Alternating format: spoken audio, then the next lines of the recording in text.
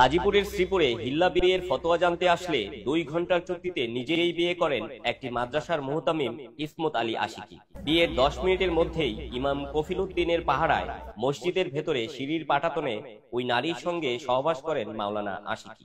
আমি তো তারে বিশ্বাস করছি, ওইখানে ওই সিঁড়ির উপরে ওইখানে সে আমারে পরে বিয়ে করার পরে ওইখানে সে আমারে সহবাস করছে আমার সাথে। আমি তো ওই জিনিসটা বুঝছি না যে একজন আলেম মানুষ, হে তো সবই বুঝে, সব জানে, আমি তো আর জানি না। হে জেনে শুনি কি আর হে ফাঁক করবো? অনুসন্ধান ও ভুক্তভোগী সূত্রে জানা যায়, নোয়াখালীর এক গৃহবধূকে ঝগড়াঝাটির পর তার স্বামী 3 তালাক প্রদান করেন।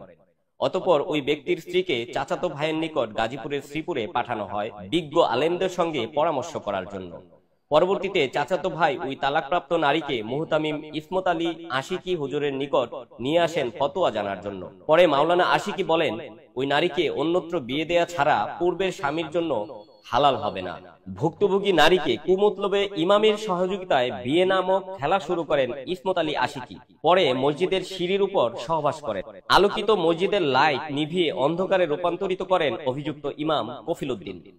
শারীরিক মিলনের পর মসজিদে থাকা অবস্থায় ওই নারীকে তালাক প্রদান করেন তিনি এবং ওই নারীকে পূর্বের স্বামীর সাথে সংসার করতে পারবে, কোনো সমস্যা নেই বলে ফতোয়া জারি করেন ইসমত আলী আশিকি। সালাতুন জিদ্দুহুন্না জিদ্দুন ওয়া হাজলুহুন্না জিদ্দুন। নবীজি বলেছেন 3টি কাজ দুষ্টমি করে হেসে হেসে করলেও হয়ে যায়, সিরিয়াসলি করলেও হয়ে যায়। তার মধ্যে একটা হলো তালাক। শয়তান সবচেয়ে বেশি খুশি হয় তালাকে। তালাক এটা যদি আপনি একবার মুখে দিয়ে ফেলেন, এরপরে যদি দুনিয়ার সমস্ত আলেমদের কাছে ঘুরে বেড়ান, তালাক হয়ে যাওয়ার মতো যদি একবার বলে ফেলেন, এরপরে বলেন হুজুর আমি সরি, তালাকটা এটা হয় না, এটাকে বাতিল ঘোষণা দেন, দুনিয়ার সমস্ত হুজুর মিলেও বাতিল ঘোষণা দিতে পারবে।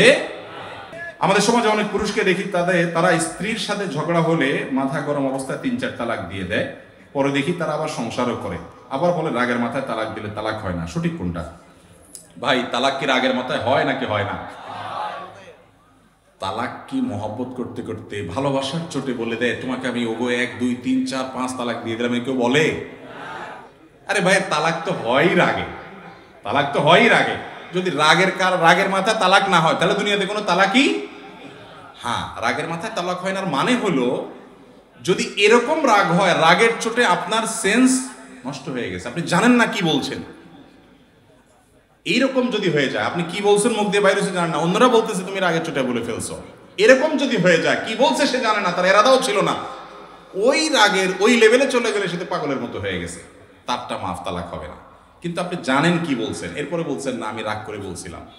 তালাক এমন একটা জিনিস, আমি বিভিন্ন জায়গায় অনুরোধ করি, আজকেও বলছি, যারা এখনো বিবাহ করেন নাই তারা একটু শুনেন ভালো করে, যারা বিবাহ করেছেন তারাও শুনেন। আল্লাহর ওয়াস্তে দাম্পত্য জীবনে স্বামী স্ত্রীর মধ্যে যত ঝামেলা হোক, যত গন্ডগোল হোক, যত বুঝের অমিল হোক, আর যা করেন না করেন, খবরদার তালাকের কথাটা মুখের বাহির করবেন না। আমার জীবনে কত তালাকের মাসআলা দিতে গিয়ে যে চোখের পানি এসেছে সেটা বলার মতো না। অনেক দেখেছি যুবক, কি সুন্দর যুবক, জুমার পরে দাঁড়িয়ে আছে হুজুর মাসআলার জন্য, অনেক কষ্টে আসছে সাক্ষাৎ করতে।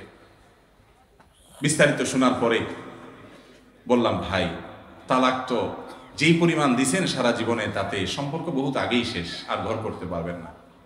তখন চোখ দিয়ে পানি ছেড়ে দেয় যুবক, ছল ছল করে, হুজুর কোনো উপায় নাই? না ভাই কোনো উপায় নেই।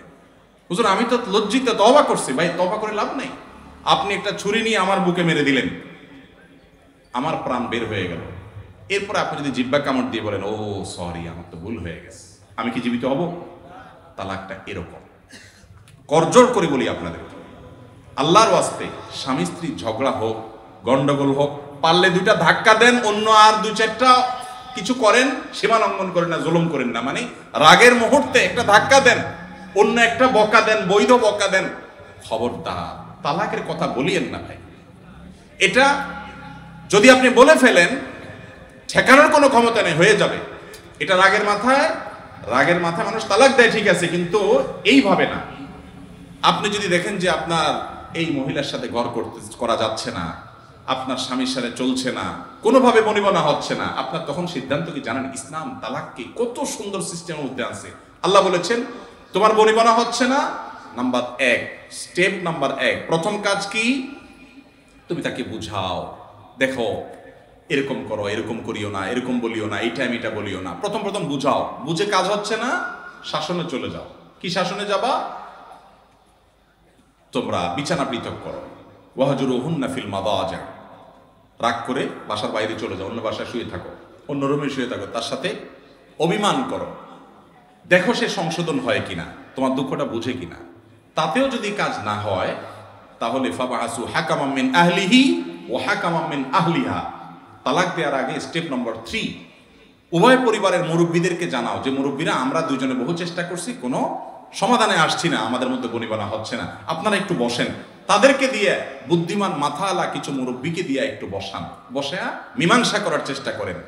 তাতে যদি হয় আলহামদুলিল্লাহ, তাতেও যদি না হয় স্টেপ নাম্বার 4 নম্বর স্টেপে গিয়ে যদি মনে হয় না তালাক ছাড়ার উপায় নাই, এভাবে থাকতে গেলে অশান্তি বাড়তে বাড়তে খুনাখুনি হতে পারে, বিপদ হতে পারে, তাহলে এবার একজন দক্ষ আলেমের কাছে যান, একজন দক্ষ মুফতির কাছে যান, দারুল ইফতায় যান, একজন ভালো বিশেষজ্ঞর কাছে যান, যে বলেন ভাই এই হলো অবস্থা, আমি এখন তালাক ছাড়ার বিকল্প নাই, সিদ্ধান্ত নিয়েছি তালাক নিতে হবে, মুরব্বীরাও বলছেন ঠিক আছে আলাদা হওয়া ভালো, কিভাবে দেব আপনি বলেন।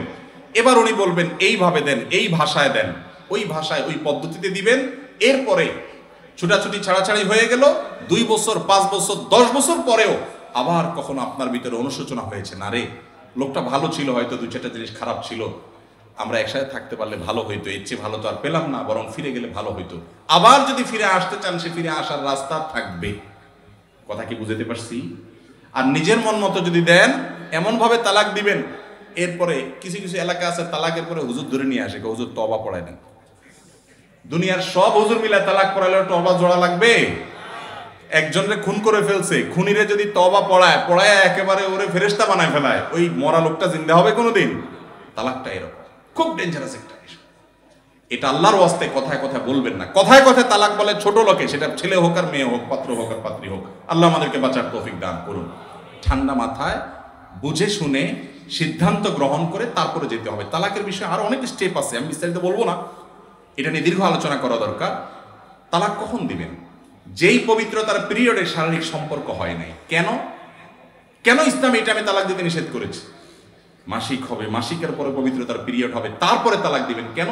যাতে করে একজন পুরুষের পরিপূর্ণতার প্রয়োজন থাকে, যে পবিত্রতার পিরিয়ড গেছে, এরপরে মাসিকের একটা পিরিয়ড গেছে, তারপরে তার স্ত্রীর প্রতি তার যে আগ্রহ আছে, সে আগ্রহটা পূর্ণমাত্রা থাকার পরেও যদি সে তালাকের ডিসিশন নেয়, তাহলে বুঝতে হবে তালাকটা সে বুঝে শুনে তারপরে সিদ্ধান্ত নিয়েছে, বিচক্ষণতার সাথে নিয়েছে এবং ঠান্ডা মাথায় নিয়েছে।